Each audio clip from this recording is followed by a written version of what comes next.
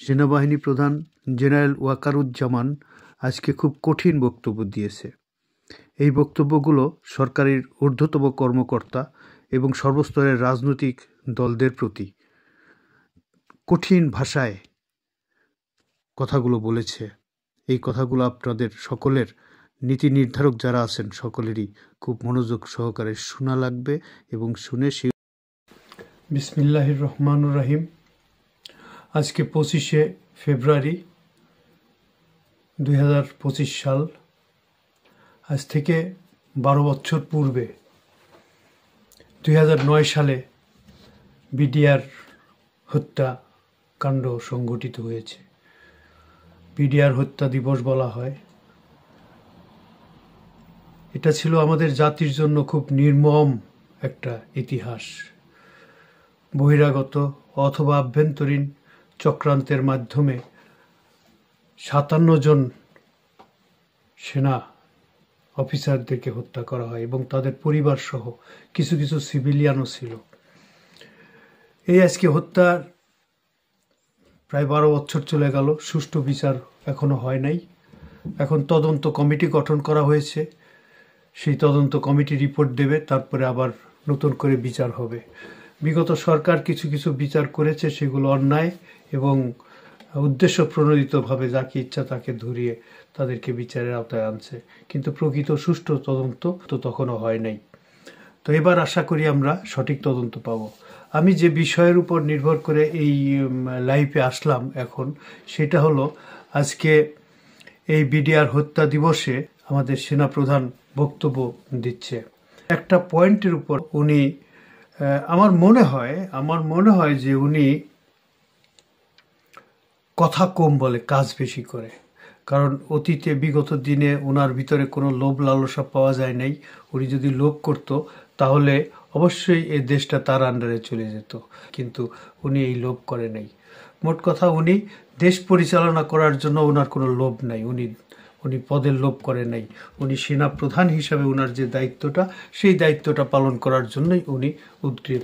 এবং আজকে তার এই সঠিক বক্তব্যর মাধ্যমে, আজকে তার এই সংক্ষিপ্ত, অনেকটা আমি বলবো সংক্ষিপ্ত বক্তব্যের মাধ্যমে উনি অনেক ইঙ্গিত দিয়ে গেছে, অনেক বিষয়গুলো তুলে ধরছে। সবচেয়ে বড় যে পয়েন্টটা, সেই পয়েন্টটা হলো উনি বলেছে, আপনারা যদি হানাহানি করেন, আপনারা যদি একত্রিত না হন, আপনারা যদি সম্মিলিতভাবে কাজ না করেন, এরকম বিশৃঙ্খলা সৃষ্টি করেন, তাহলে আমাদের এই সার্বভৌমত্ব স্বাধীনতা বিপন্ন হয়ে যাবে।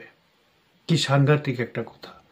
আমাদের স্বাধীনতা যদি এই পর্যায়ে এসে বিপন্ন হয়ে যায়, তাহলে আমাদের কোনো অস্তিত্ব থাকবে না। 200 বছর পরাধীনতা ছিলাম আমাদের ব্রিটিশদের কাছে, আবার কতশো বছর পরাধীন হয়ে যাব আল্লাহ ছাড়া কেউ জানে না। অতএব আমি ওয়াকিউজ্জামানের এই বক্তব্যের উপরে সকলকে নজর দেওয়ার জন্য, সকলকে মনোনিবেশ করার জন্য আমি আহ্বান জানাই। আপনারা এই বক্তব্যটা বিশ্লেষণ করেন এবং প্রতিটি রাজনৈতিক দলকে আমি আহ্বান জানাবো, আপনারা একত্রিত হয়ে কাজ করেন। আপনারা ডক্টর ইউনূসকে সঠিকভাবে কাজ করার সুযোগ করে দেন, ওনার পিছনে লাগেন না। এই দেশটা যে এখন যে বহুত ক্লান্তিকাল অতিক্রম করতেছে, এই সময়ে রাজনৈতিক হানাহানি মোটেই সম্ভব নয়। পদের লোভ করে দেশের ভিতরে, দলের ভিতরে, গোত্রের ভিতরে হানাহানি, এগুলো মোটেই সম্ভব না। ওয়াকিউজ্জামানের প্রত্যেকটি বক্তব্যের প্রত্যেকটি পয়েন্ট আপনারা খেয়াল করে দেখেন, উনি কিন্তু সঠিক কথাগুলো বলেছে। বর্তমান প্রেক্ষাপটে উনি বলেছে ইউনিটি খুব বেশি প্রয়োজন, এবং উনি বলেছে ডক্টর ইউনূস সাহেবকে কাজ করার সুযোগ করে দেন, ওনার পাশে থেকে কাজ করেন। উনি ওনার বক্তব্যে তুলে ধরেছেন যে দেশের এই ক্লান্তিকালে আপনারা যদি বিশৃঙ্খলার সৃষ্টি করেন, তাহলে কোনো কাজ করা সম্ভব হবে না। এবং ওনার মাত্র 30,000 সৈন্য মাঠে নামানো আছে। 30,000 মাঠে থাকে, আবার মাঠ থেকে 30,000 আসে, আবার 30,000 পাঠানো হয়। তাহলে এই দিয়ে উনি কভার করতে পারতেছে না। এবং প্রত্যেকটি সেক্টরকে, প্রশাসনিক প্রত্যেকটি সেক্টরকে ইউনিটি এবং একযোগে কাজ করার আহ্বান জানিয়েছে। এবং আমি আশা করি এবং আমরা আশা করি আপনারা যারা ক্ষমতায় আছেন, যারা রাজনীতিতে আছেন, যারা বিভিন্ন দল করছেন, রাজনৈতিক কর্মকাণ্ড চালাচ্ছেন, কিন্তু এমন কোনো কর্মকাণ্ড করবেন না যেটা দেশের বিরুদ্ধে চলে যায়, যেটা ডক্টর ইউনূসের বিরুদ্ধে চলে যায়। ডক্টর ইউনূস সঠিকভাবে কাজ করছে, ওনাকে কাজ করার সুযোগ করে দেন। উনিও ডক্টর ইউনূস সাহেব, ডক্টর মোহাম্মদ ইউনূস সাহেব কম কথা বলেন, উনি কাজ বেশি পছন্দ করেন। ওনার প্রত্যেকটি কাজই সঠিকভাবে কাজ করে যাচ্ছে। হয়তো একটু আমরা দৃশ্যমান কাজ দেখতে পাচ্ছি না, বা কোনো বিষয়গুলো আমরা কম দেখতে পাচ্ছি, কিন্তু সঠিক যে বিষয়টা সেটা হলো উনি কিন্তু কাজ করে যাচ্ছেন। উনি কিন্তু বসে নাই। উনি বিদেশি সেক্টরগুলোতে বিদেশি কূটনৈতিকদের সঙ্গে বিদেশি লবিং উনি খুব সুন্দরভাবে করছে, দেশকে কিভাবে এগিয়ে নেওয়া যায়। এবং আপনারা খেয়াল করে দেখেন, আপনারা চাপ না দিতেই আপনারা যে চাপ দিচ্ছেন, নির্বাচন করতেছেন, কিন্তু এই নির্বাচন যদি এখন দেয়, নির্বাচন যদি এখনই করেন, আপনারা কি পাশ করে আসতে পারবেন? কে পাশ করবে? আমি বলবো যে আওয়ামী লীগ যদি ইলেকশনে দাঁড়ায়, আওয়ামী লীগই পাশ করবে। কারণ প্রত্যেকটি সেক্টরে তাদের কর্মকাণ্ড, তাদের সেই লোকগুলো রয়ে গেছে। এই লোকগুলো পরিবর্তন না করা পর্যন্ত, এদেরকে অপসারণ না দেওয়া পর্যন্ত আপনি নির্বাচনে আসতে পারবেন না। এবং প্রত্যেকটি নির্বাচনী কেন্দ্রে নিরপেক্ষ নির্বাচন হবে, এই গ্যারান্টি আপনারা কি করে দিতে পারেন? প্রত্যেকটি এলাকায় ঘুরে দেখেন, সব জায়গায় সেই দুর্নীতি, চাঁদাবাজ, হেলমেট বাহিনী রয়ে গেছে, আওয়ামী লীগের ক্যাডাররা রয়ে গেছে, তাদের হাতে অস্ত্র রয়ে গেছে। তাদের হাতে অস্ত্র থাকা অবস্থায় নির্বাচন যদি দেওয়া হয়, সেই কেন্দ্রে যখন গোলাগুলি হবে, 2-4টে লোক মারা যাবে, এগুলোর দায়ভার কে নেবে? সংস্কার না হওয়া পর্যন্ত নির্বাচন আশা করা যায় না। ওয়াকিউজ্জামান বলেছে যে আমরা আর 7-8 মাস আমরা মাঠে থাকব, তারপর নির্বাচন দিয়ে আমরা ঘরে ফিরব। নির্বাচন, একটা সুষ্ঠু নির্বাচনের জন্য তারা কাজ করতেছে। ওয়াকিউজ্জামানের ফুল বক্তব্যটা আমি আপনাদের কাছে তুলে ধরতেছি, আপনারা খেয়াল করে শুনবেন, দেখবেন ওনার প্রত্যেকটি কথা অনেক মূল্যবান কথা, ওনার প্রত্যেকটি পদক্ষেপগুলো এবং আমি মনে করি সঠিক। এবং ডক্টর ইউনূস সাহেবও যে কাজগুলো করতেছে সঠিকভাবে কাজ করতেছে। আপনারা নির্বাচন করে এই কনস্পিরেসি ঢুকায় দিচ্ছেন। রাজনীতি করবেন, রাজনীতি করেন, রাজনীতিতে নির্বাচনে আসবেন, নির্বাচনে মাঠে কাজ করেন। সরকারের পিছনে না লাগে যখনই নির্বাচন দেবে, এরা তো ক্ষমতায় আসছেই নির্বাচন দেওয়ার অঙ্গীকার নিয়ে, এরা কি নির্বাচন দেবে না? হ্যাঁ, এখন আপনারা দেখতে পাচ্ছেন কি? আপনারা দেখতে পাচ্ছেন যে আরেকটা রাজনৈতিক দল গঠন করতেছে। কেন? আপনাদের ভয় কিসের?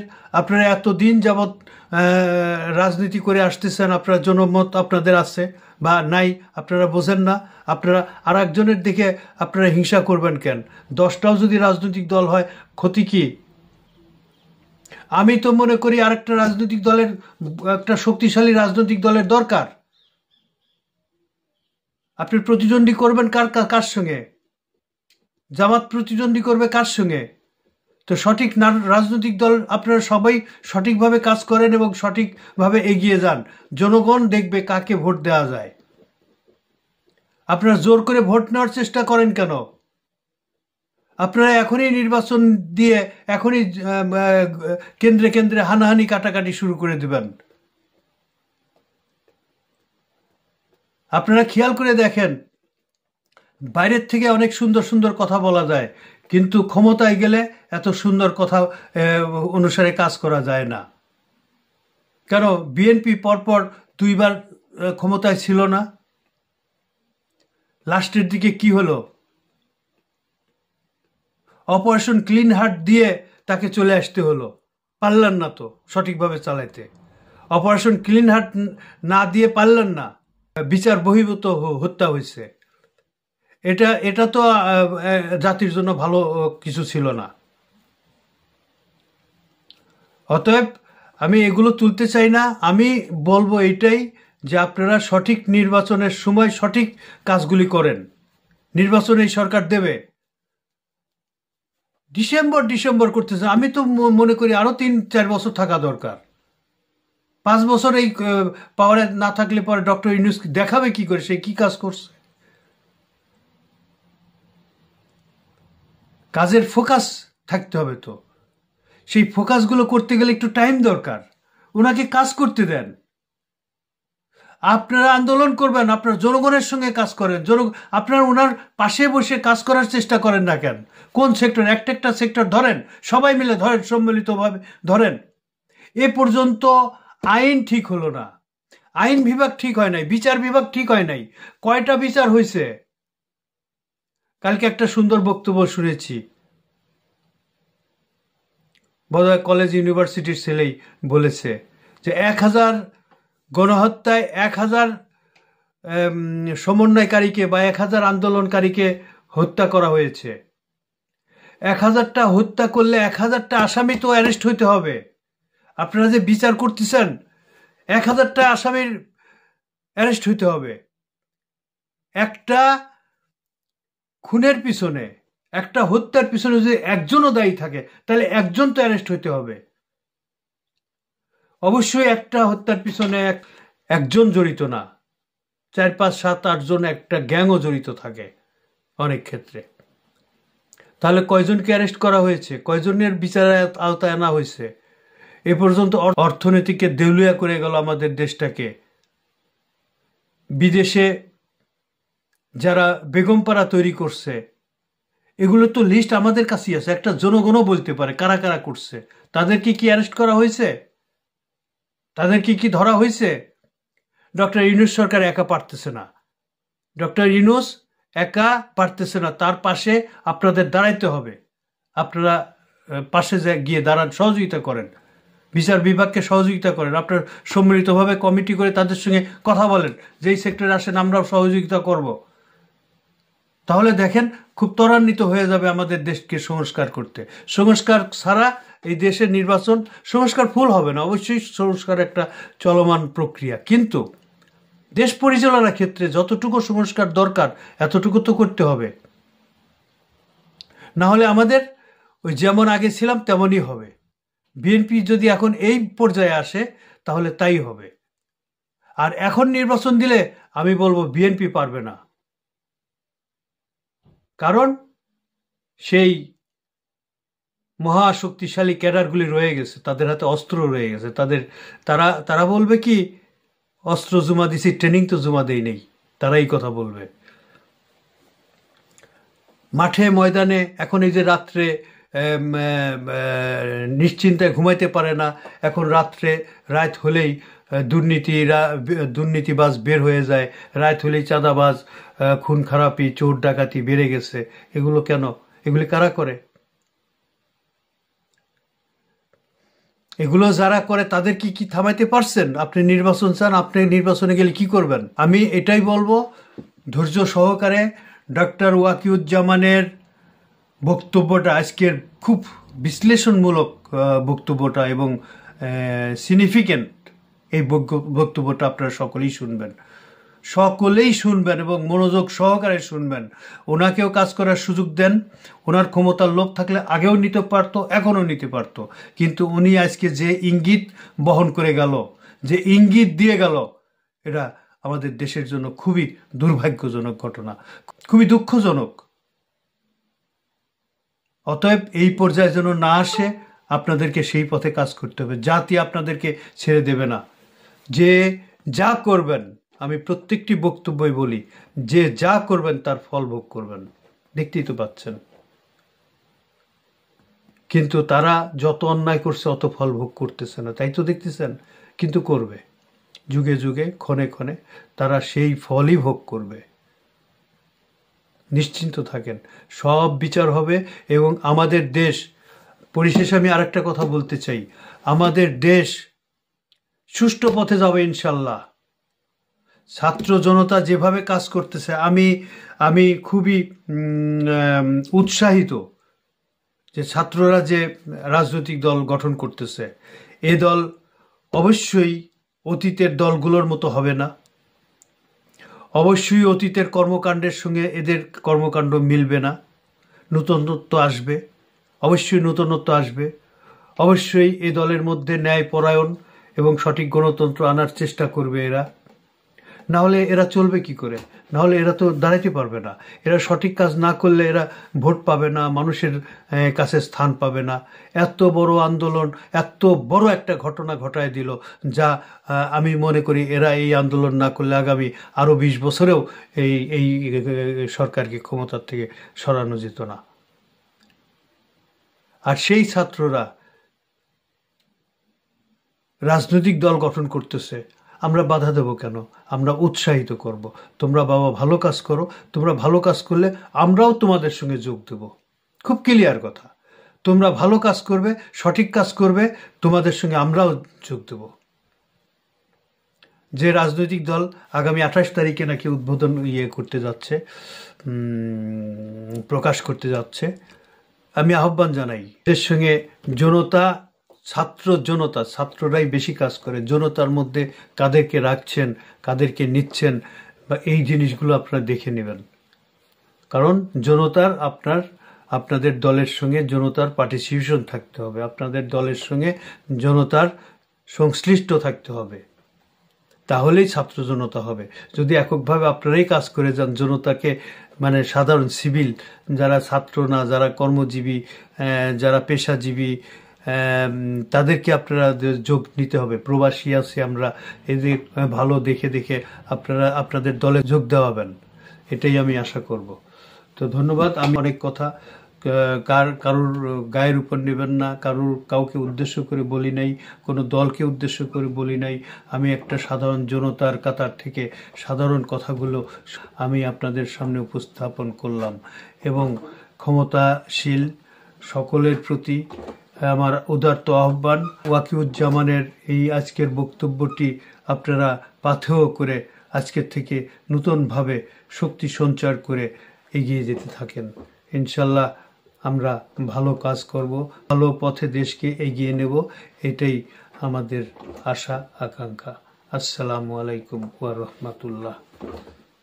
আমি আপনাদের সতর্ক করে দিচ্ছি যে আমি সতর্ক করিনি, আমি আপনাদের সতর্ক করে দিচ্ছি। আপনারা যদি নিজেদের মধ্যে ভেদাভেদ ভুলে একসাথে কাজ না করতে পারেন, নিজেরা যদি কাদা ছোড়াছুড়ি করেন, মারামারি কাটাকাটি করেন, এই দেশ এবং জাতির স্বাধীনতা, সার্বভৌমত্ব বিপন্ন হবে। আমি আজকে বলে দিলাম, নাইলে আপনারা বলবেন যে আমি আপনাদের সতর্ক করিনি। আমি সতর্ক করে দিচ্ছি আপনাদের। আমার অন্য কোনো আকাঙ্ক্ষা নাই, আমার একটাই আকাঙ্ক্ষা, দেশ এবং জাতিটাকে একটা সুন্দর জায়গায় রেখে ছুটি করা। I had enough. Was last 7-8 months I had enough. আমি চাই দেশ এবং জাতিকে একটা সুন্দর জায়গায় রেখে আমরা সেনানিবাসে ফেরত আসবো। আরেকটা জরুরি বিষয় যেটা আমি ভাবলাম যে আপনাদের সাথে আমি শেয়ার করি, দেশের এই আইন শৃঙ্খলা পরিস্থিতি খারাপের পিছনে কিছু কারণ আছে। প্রথম কারণটা হচ্ছে যে আমরা নিজেরা হানাহানির মধ্যে ব্যস্ত, একজন আরেকজনের বিরুদ্ধে বিষোদ্গারে ব্যস্ত। এটা একটা চমৎকার সুযোগ অপরাধীদের জন্য। যেহেতু আমরা একটা অরাজক পরিস্থিতির মধ্যে বিরাজ করছি, তারা খুব ভালোভাবেই জানে যে এই সময়ে যদি এই সমস্ত অপরাধ করা যায় তাহলে এখান থেকে পরিত্রাণ পাওয়া সম্ভব। সেই কারণে এই অপরাধগুলো হচ্ছে। আমরা যদি সংগঠিত থাকি, একত্রিত থাকি, তাহলে অবশ্যই এটা সম্মিলিতভাবে মোকাবেলা করা সম্ভব হবে। Police, RAB, BGB, TGFI, NSI এগুলো দেশের জন্য অত্যন্ত গুরুত্বপূর্ণ কাজ করেছে অতীতে। খারাপ কাজের সাথে অসংখ্য ভালো কাজ করেছে। আজকে যে দেশের স্থিতিশীলতা, দেশটাকে যে এত বছর স্থিতিশীল রাখা হয়েছে, এটার কারণ হচ্ছে এই সশস্ত্র বাহিনীর বহু সেনা সদস্য, সিভিলিয়ান সবাই মিলে এই অর্গানাইজেশনগুলোকে, অসামরিক, সামরিক সবাই মিলে এই অর্গানাইজেশনগুলোকে এফেক্টিভ রেখেছে। সেই জন্য আজকে সুন্দর, এতদিন ধরে আমরা একটা সুন্দর পরিবেশ পেয়েছি। এর মধ্যে যারা কাজ করেছে, যদি অপরাধ করে থাকে সেটা শাস্তি হবে, অবশ্যই শাস্তি হতে হবে, না হলে এই জিনিস আবার ঘটবে। আমরা সেটাকে বন্ধ করতে চাই চিরতরে, কিন্তু তার আগে মনে রাখতে হবে আমরা এমনভাবে কাজটা করব এই সমস্ত অর্গানাইজেশনগুলো যেন আন্ডারমাইন না হয়। আজকে পুলিশ সদস্য কাজ করছে না, এটা বিশাল বড় কারণ হচ্ছে অনেকের বিরুদ্ধে মামলা, অনেকে জেলে। RAB, BGB, DGFI, NSI panicked, বিভিন্ন দোষারোপ, খুন ইত্যাদি তদন্ত চলছে। অবশ্যই তদন্ত হবে, দোষীদের বিচারের আওতায় আনতে হবে, এমনভাবে কাজটা করতে হবে যেন এই অর্গানাইজেশনগুলো আন্ডারমাইন না হয়। এই অর্গানাইজেশনগুলোকে যদি আন্ডারমাইন করে আপনারা মনে করেন যে দেশে শান্তি শৃঙ্খলা বিরাজ করবে, সবাই শান্তিতে থাকবেন, সেটা হবে না, সেটা সম্ভব না। আমি আপনাদের পরিষ্কার করে বলে দিচ্ছি, এই দেশের শান্তি শৃঙ্খলা রক্ষার দায়িত্ব খালি সেনাবাহিনীর না। 2 লক্ষ পুলিশ আছে, বিজিবি আছে, র্যাব আছে, আনসার বিডিপি আছে, আমার আছে হচ্ছে 30,000 সৈন্য। এদেরকে আমি এই যে একটা বিরাট ভয়েড, আমি এই 30,000 সৈন্য দিয়ে আমি কিভাবে এটা পূরণ করব? 30,000 থাকে, আবার 30,000 চলে যায় ক্যান্টনমেন্টে, আরো 30,000 আসে। এটা দিয়ে আমরা দিন রাত আমরা চেষ্টা করে যাচ্ছি। এখানে যে সমস্ত উচ্ছৃঙ্খল কাজ হয়েছে সেটা আমাদের নিজস্ব তৈরি, এটা আমাদের নিজস্ব ম্যানুফ্যাকচার, আমরা নিজস্ব এইগুলো তৈরি করেছি।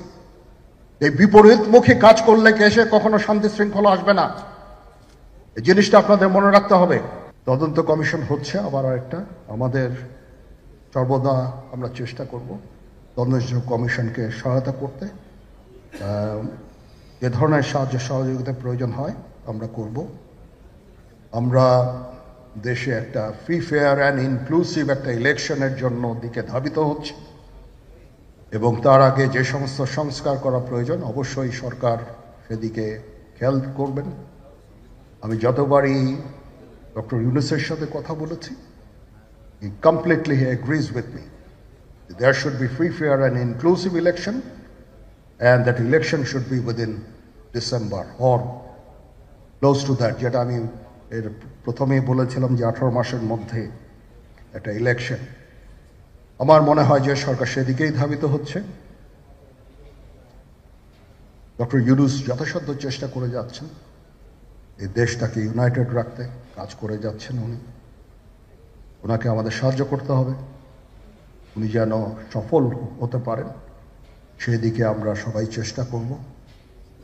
আমরা একসাথে ইনশাল্লাহ কাজ করে যাব।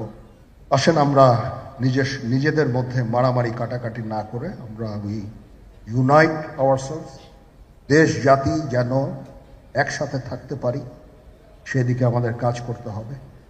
আমাদের মধ্যে মতের বিরোধ থাকতে পারে, চিন্তা চেতনার বিরোধ থাকতে পারে, কিন্তু দিন শেষে যেন আমরা সবাই দেশ এবং জাতির দিকে খেয়াল করে আমরা যেন এক থাকতে পারি। তাহলে এই দেশটা উন্নত হবে, এই দেশটা সঠিক পথে পরিচালিত হবে। না হলে আমরা আরো সমস্যার মধ্যে পড়তে যাব। বিশ্বাস করেন, we don't want to head, ওইদিকে আমরা যেতে চাই না। আমি আপনাদের সতর্ক করে দিচ্ছি, পরে বলবেন যে আমি সতর্ক করিনি, আমি আপনাদের সতর্ক করে দিচ্ছি। আপনারা যদি নিজেদের মধ্যে ভেদাভেদ ভুলে একসাথে কাজ না করতে পারেন, নিজেরা যদি কাদা ছোড়াছুড়ি করেন, মারামারি কাটাকাটি করেন, এই দেশ এবং জাতির স্বাধীনতা সার্বভৌমত্ব বিপন্ন হবে। আমি আজকে বলে দিলাম, নাইলে আপনারা বলবেন যে আমি আপনাদের সতর্ক করিনি। আমি সতর্ক করে দিচ্ছি আপনাদের, এই দেশ সুখে শান্তিতে থাকতে চাই, আমরা চাই না হানাহানি, কাটাকাটি, মারামারি। সেই উদ্দেশ্যে আমি কাজ করে যাচ্ছি, আমরা কাজ করে যাচ্ছি। আমাদের সেনাবাহিনীর প্রতি আক্রমণ করেন না। একটা কমন জিনিস আমি দেখতে পাচ্ছি, সেনাবাহিনী এবং সেনাপ্রধানের প্রতি বিদ্বেষ কারো কারো, কি কারণে আজ পর্যন্ত আমি এটা খুঁজে পাইনি। আমরা হচ্ছে একমাত্র ফোর্স যেটা আপনাদের জন্য কাজ করে যাচ্ছি, দাঁড়িয়ে আছি প্ল্যাটফর্মে। Of course navy and air force, navy chief আবার মন খারাপ করে করছে, navy air force all, we all আমাদেরকে সাহায্য করেন, আমাদেরকে আক্রমণ করেন না, আমাদেরকে অনুপ্রাণিত করেন, আমাদেরকে উপদেশ দেন। কোনো একটা সমস্যা হয়ে গেলে আমি জেনারেল নুরুদ্দিন স্যারের স্বর্ণপন্ন হই এবং উনি আমাকে উপদেশ দেন, সিনিয়র জেনারেলরা আমাকে উপদেশ দেন, আমি সবার কাছে স্বর্ণপন্ন হই।